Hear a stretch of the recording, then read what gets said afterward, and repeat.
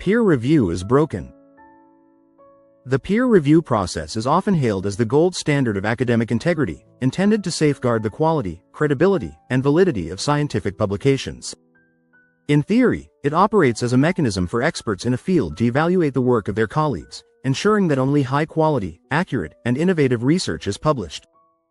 However, despite its noble intentions, the peer review system has increasingly revealed itself to be broken at its core, plagued by biases, inefficiencies, and systemic flaws that undermine the very purpose it is meant to serve. The original purpose of peer review.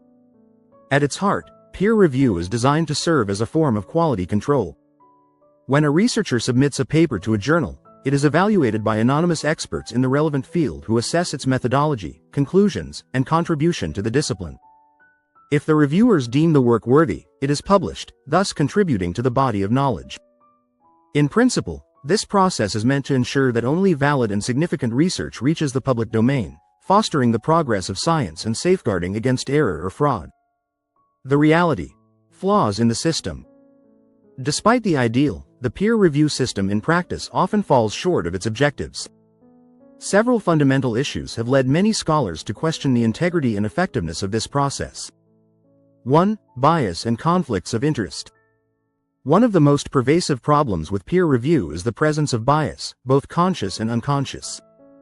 Reviewers may be competitors, hold differing theoretical perspectives, or have conflicting interests that cloud their judgment. In some cases, well-known researchers may have their work reviewed more favorably simply due to their status, while lesser-known or younger scientists may struggle to gain recognition for equally valuable work.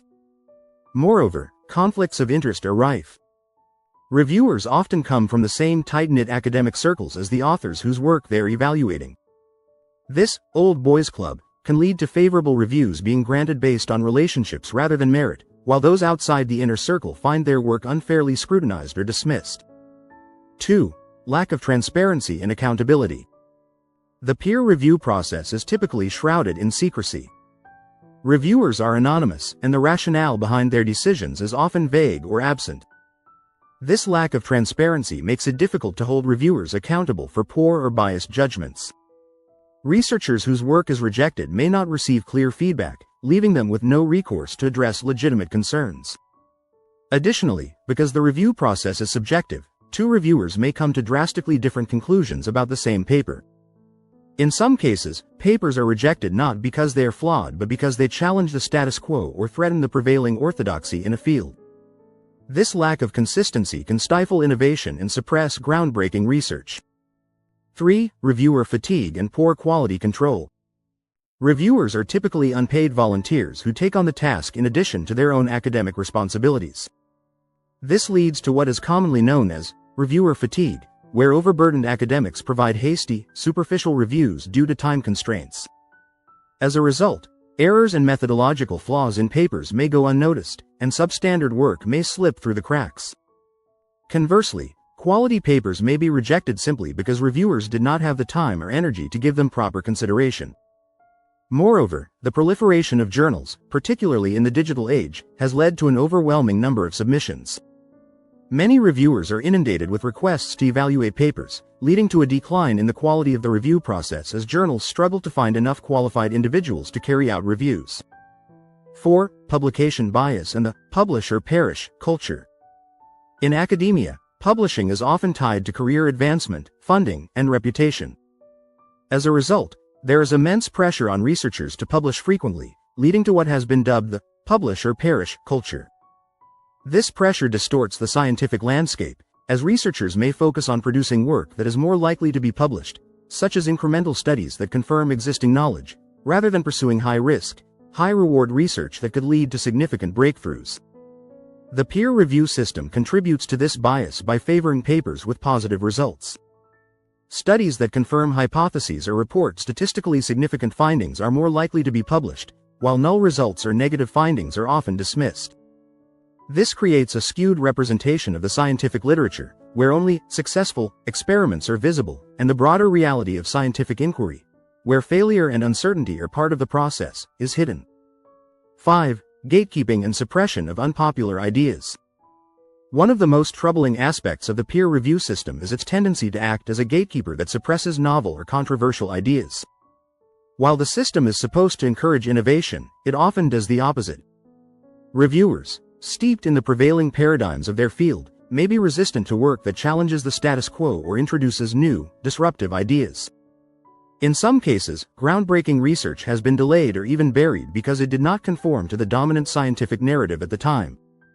This is particularly concerning in fields like evolutionary biology, where certain paradigms, such as the naturalistic explanation of life's origins, are often protected by institutional biases. This is a significant failure of the peer review system. Science should be open to evidence and reason, regardless of whether the conclusions challenge prevailing secular ideologies. The way forward: reforming peer review. Addressing the broken peer review system requires more than surface-level changes. It requires a fundamental rethinking of how science is evaluated and disseminated. Some potential solutions include: publisher bias. Do not allow journals to give greater print bandwidth to authors critical of a particular work without giving the authors of the work equal bandwidth to publish their response, even if just in an online extension of, or addendum to, the journal. The reasons provided by the publisher to reject a work should be published, in the online addendum, if requested by the author of the rejected work. Increased transparency. Making the review process more open and transparent could help hold reviewers accountable and reduce bias. For example, publishing the names of reviewers and their comments alongside the paper could encourage more thoughtful and thorough evaluations. Blinded review. Implementing double-blind reviews, where both authors and their institutional affiliations, and reviewers are anonymous, could help reduce the influence of bias based on reputation, gender, or institutional affiliation. Post-publication review. Shifting toward a model where papers are published first and reviewed afterward by the wider scientific community could democratize the review process and allow for more robust debate and scrutiny. Incentivizing quality reviews. Rewarding reviewers for their time and effort, through monetary compensation, recognition, or career advancement, could improve the quality of reviews and reduce reviewer fatigue. Encouraging the publication of all results.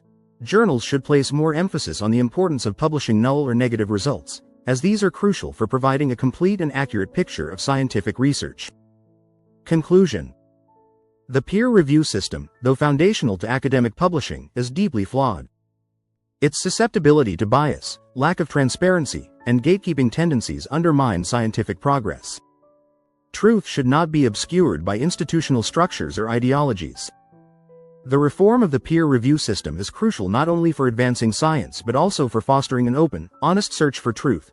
A search that, for many of us, leads ultimately to a deeper understanding of the creator behind the universe. Thanks for watching. Please like, share and subscribe, and comment below if you agree or would like to add your thoughts.